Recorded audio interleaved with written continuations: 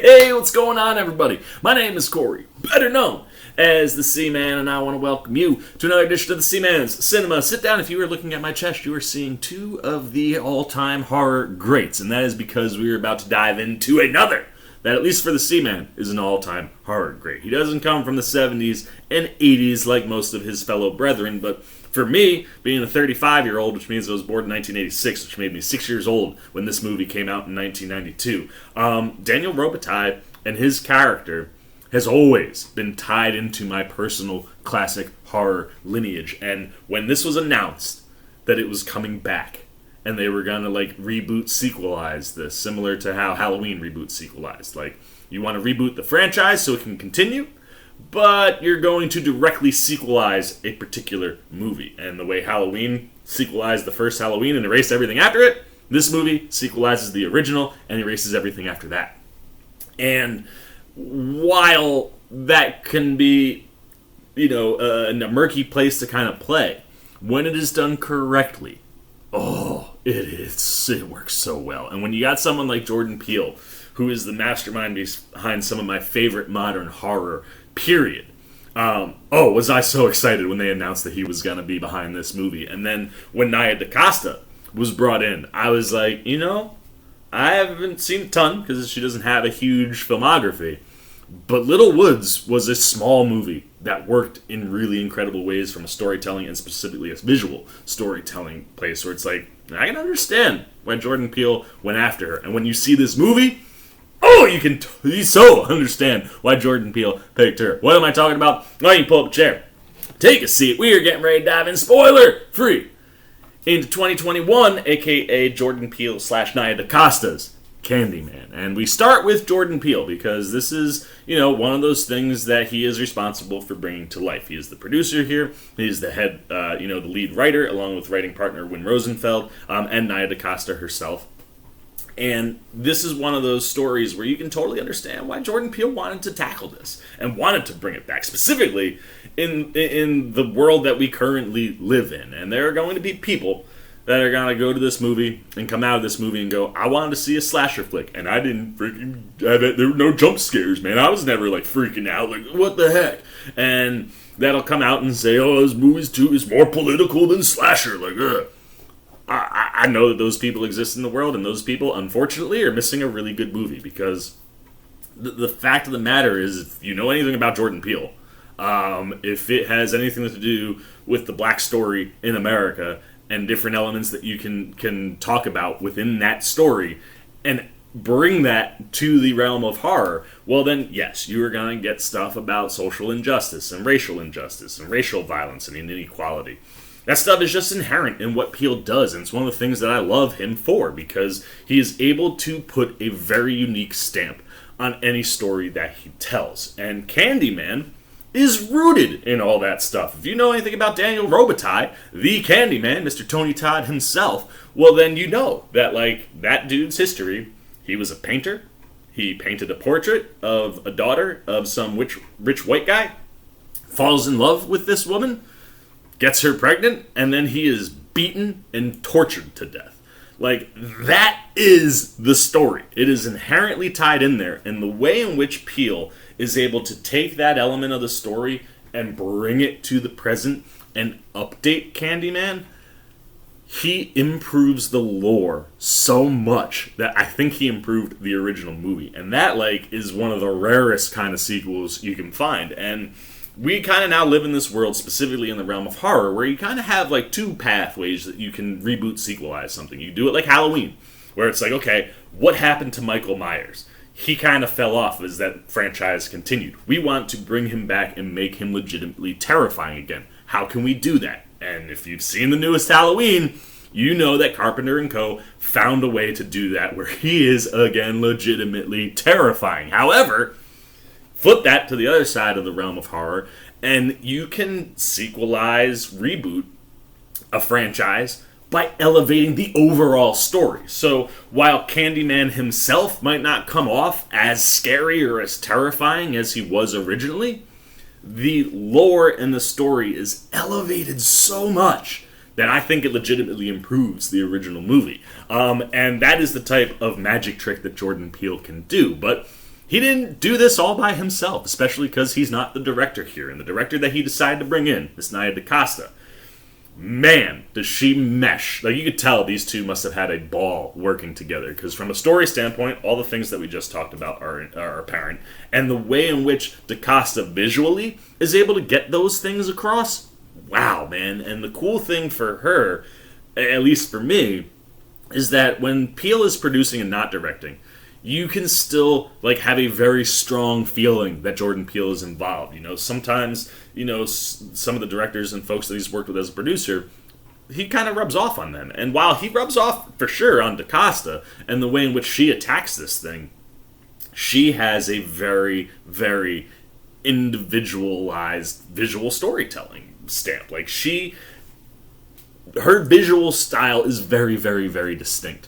And that makes this movie very much hers. And her visual style in the film is phenomenal. I mean, spoilers. I'm going to spoil one thing. The very beginning of the movie, like, all of your title cards, if you're familiar with the Candyman movies, they're backwards. And the idea of playing with mirrors is something that DaCosta does throughout the whole film, whether they're physical representative mirrors. I mean, the way that she's able to play with Candyman, where like you can't see him unless you're looking in a mirror, and the way that she's able to bring mirrors into different places and not always show you everything. Like, that's the thing I kind of really dug about this movie, is while it is violent and it is bloody, it does not try to make you jump out of your seat all the time, and it doesn't try to show you all the gore.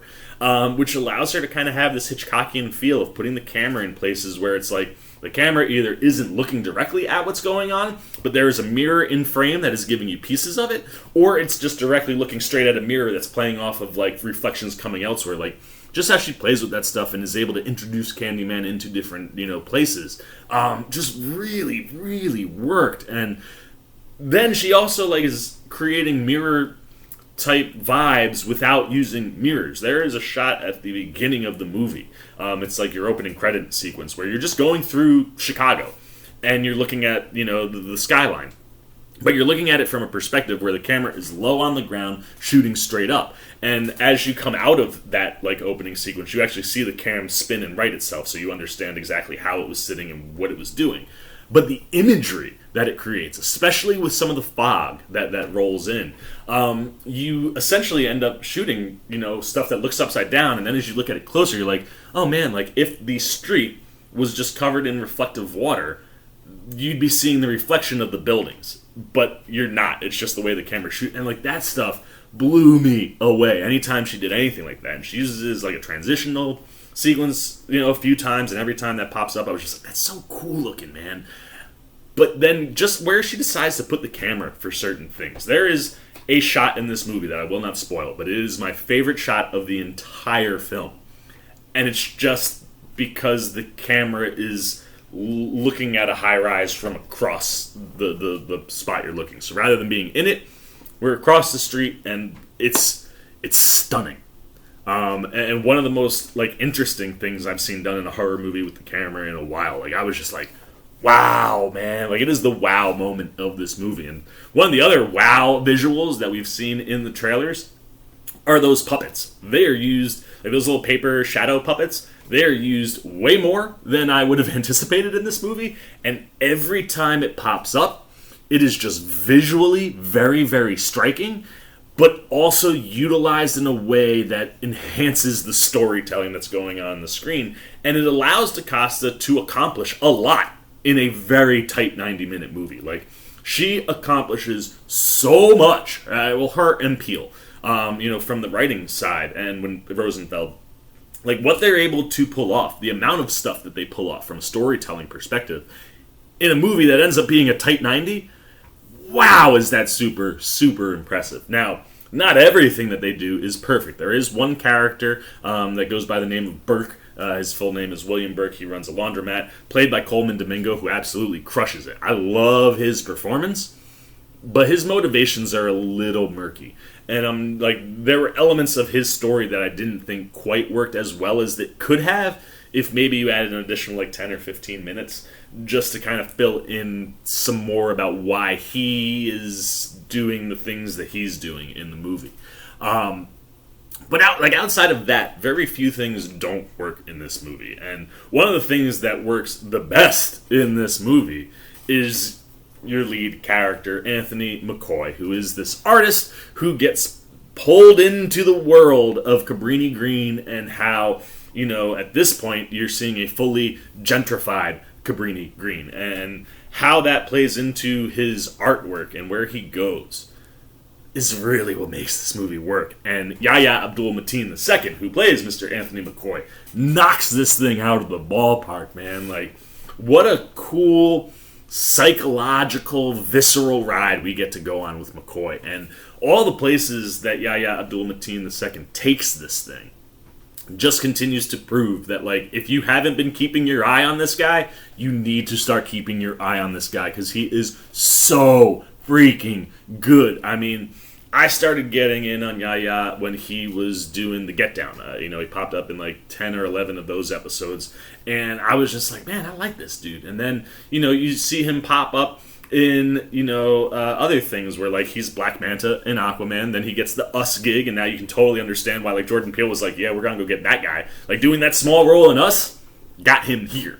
And, like, and I think doing Dr. Manhattan in the Watchmen series is really what got him this gig, because much more so than any of the other roles that we've seen him in, that character went to places that kind of sync up with places that he'll take Anthony McCoy. And what happens to McCoy and how the story goes and how his brain starts to kind of spin out, I enjoyed all of that stuff, and he really lays it in as far as the performance goes. Now, there is one element of his character that also kind of didn't work with me. It's that bee bite that we see in the bee sting that we see in the trailer, where, his hand starts to kind of get messed up. It was just kind of silly that it takes him as long as it takes him to go to the hospital, because, like, the stuff going on with his hand is like, that's not what happens when you get stung by a bee. However, I will say this. The visual, wow, dude. Like, the visual effects team in this movie, specifically on the practical side of the visual effects, dude, do they do some cool stuff that enhance the visuals that DaCosta is giving you in the movie. And specifically, all of the visualization stuff around McCoy and the things that are happening to him physically in the movie. Like, I was just sitting there, I've been watching, like, makeup and, like, visual effects makeup shows, and I'm just like, man, like, kudos to that team, because that stuff really creeped me out, man, and really plays into the story that you're telling as well. And that's the thing I love the most about this movie, is that DaCosta, every choice that she makes just enhances, for the most part, and elevates the material. And everybody else that you have in this movie around Yahya is phenomenal. I mean, Teyonah Parris, who we all know from WandaVision, knocks it out of the ballpark, man. Like, she's really good, and the relationship between them is so important to that story. And again, how quickly DaCosta is able to paint this really, really, like, tight love between these two and the type of relationship they have. She gets that done so quick, and that's so important as their story unfolds throughout the course of the movie. Then you have Nathan Stewart Jarrett, who plays Teyonah Parris's Brianna's brother, Troy. And standout performance in the movie, man. Like, every time he is on screen, he's stealing the scene. He is phenomenal. Like, I loved everything that they gave him. And it was just, anytime he was on screen, he was just so much fun to watch. And as I mentioned, Coleman Domingo, also really, really awesome performance. I just wish his story would have hit a little bit better. If that part of the story worked perfectly, this would have been a flawless movie across the board for me. And, anybody else that pops up in this thing does good stuff. I mean, even the small characters, like, they all bring something to it. And there's some nice cameos in there. I won't spoil them, but, like, you're going to see some faces where you go, oh, wow, cool. I can't believe they just did that. And, like, I don't know, man. This is just, like, one of those things where, like I said, I've seen the movie twice now. It is an easy 90-minute watch, and it really just unnerves you. Like, it gets into your psyche. And while you might not have jump scares, it is a graphic movie. And the way in which, like I said, DaCosta shows that graphic nature from where she decides to put the camera and how much she decides to show you. All of it just enhances the experience. And that's the biggest takeaway for me, is that, like, this Candyman movie felt like an experience, man. Like, you feel something as you go through this journey. And from the performances to the writing to the directing, it just works across the board pretty flawlessly most of the time. So that's it, man. That's all I gotta say. So that means it's time for a score. So let's get the C-Maniacs up. There they are. And as I said, I think Peele just, was the perfect person to bring this franchise back. And I think he found a route to take that really not only makes sense, but elevates this movie and the original. DaCosta comes in here and, just takes that story and visually tells it in a way that captivates you and keeps your attention and does things that you don't expect it to do. Like, I love when a movie hits on things I was hoping that it was going to hit on, but does things that I did not expect it to do to get to those things that hit. And the path that she takes and the visual style choices that she has are just so strong and awe-inspiring. I'm telling you, man, that high-rise shot, look out for it, because it's one of the most special moments of the entire movie. And the cast here is also great. I mean, Nathan Stewart, Jarrett, big breakout, I think, for him. Teyonah Parris is, just showing time and time again at this point that everything she touches is really, really good. And Yahya Abdul-Mateen II proves that he is someone to keep an eye on in Hollywood, because he is quickly climbing the ranks to becoming one of your A-listers. And I can't wait to see where he goes next. So that's it, man. Well, those things, where do we end? Oh, we gotta go 4.5 out of 5 C-Maniacs. Like I said, it's not quite perfect. Like, I think if you could have extended this 10, 15 minutes and filled in a little bit more story specifically around the Burke character, then you might be perfect. But outside of that, and the fact that Homeboy's hand got messed up and it took him a real long time to go to the hospital, and not so much that he makes the decision, just that nobody around him is yo, you need to go to the hospital. Outside of those two things, this thing hits across the board for me. So 4.5 out of 5 C-Maniacs for the old C-Man on Candyman. I love this. I would love to see us come back to this. I'd love to see where the story goes next. And that's the cool thing with a successful reboot sequel, is that you're able to not only sequelize the original material, but you're able to reboot the franchise where it's yeah, I would go back here in a heartbeat. Give me Candyman 2 now. So that's it, man. Those are all my thoughts on the 2021 Candyman. Really, really dug it. The question is, did you? Have you gone out to see Candyman yet, man? What'd you think? Both from the visual storytelling to the script storytelling to the acting to the story of Candyman and how they utilized that story to tell this new one. How did all that stuff hit for you? If you haven't seen Candyman, is this on your list? Is Candyman, for you, my good buddy Joe, Candyman is near the top. He was telling me, he's man, it's the only movie as a kid that actually scared me. So do you have a close personal relationship with Candyman? Does that make you want to go see this right away? Does it make you hesitant because you have a very particular way you view Candyman and you don't want to see that changed? I promise you, if you go, you're going to be so happy because it elevates everything. But I'd love to know your thoughts if you haven't seen the movie. What would make you go? Why wouldn't you want to go? Anything that's working, whether you've seen it or not, good, bad, indifferent, on Candyman, goes down below in the comments section. As always, if you enjoyed this video, please give me a thumbs up. And if you do, you want to come hang out with the C-Man anytime we're talking movies, TV, trailer reactions. You like horror movies? Well, guess what? The C-Man is a big horror fan. And I've heard some rumblings that American Horror Story came back. Not having cable, I'm a little detached, but I promise you, I'm going to be watching that, getting back in on that. I love that show. Can't wait to see what they're doing. But we also have October right around the corner, and you know that I'm going to do a nice 31 days of Halloween run. So if you want to be here for all that stuff, and you haven't, you just want to show a little love and support to the old C-Man, it's easy to do. Come join C-Maniac Nation by jumping over there, hitting that subscribe button, hit that little bell if you want those alerts. And until next time, for the C-Man's Cinema, sit down, I've been the C-Man. I am signing off. Peace. Oh, hey, what's going on? You must be sticking around because you're looking for more content featuring this guy. Well, guess what? You're in the right place. You can check out more videos right here and right here. And if you have and you want to come join that C-Maniac Nation, you can hit that subscribe right over there.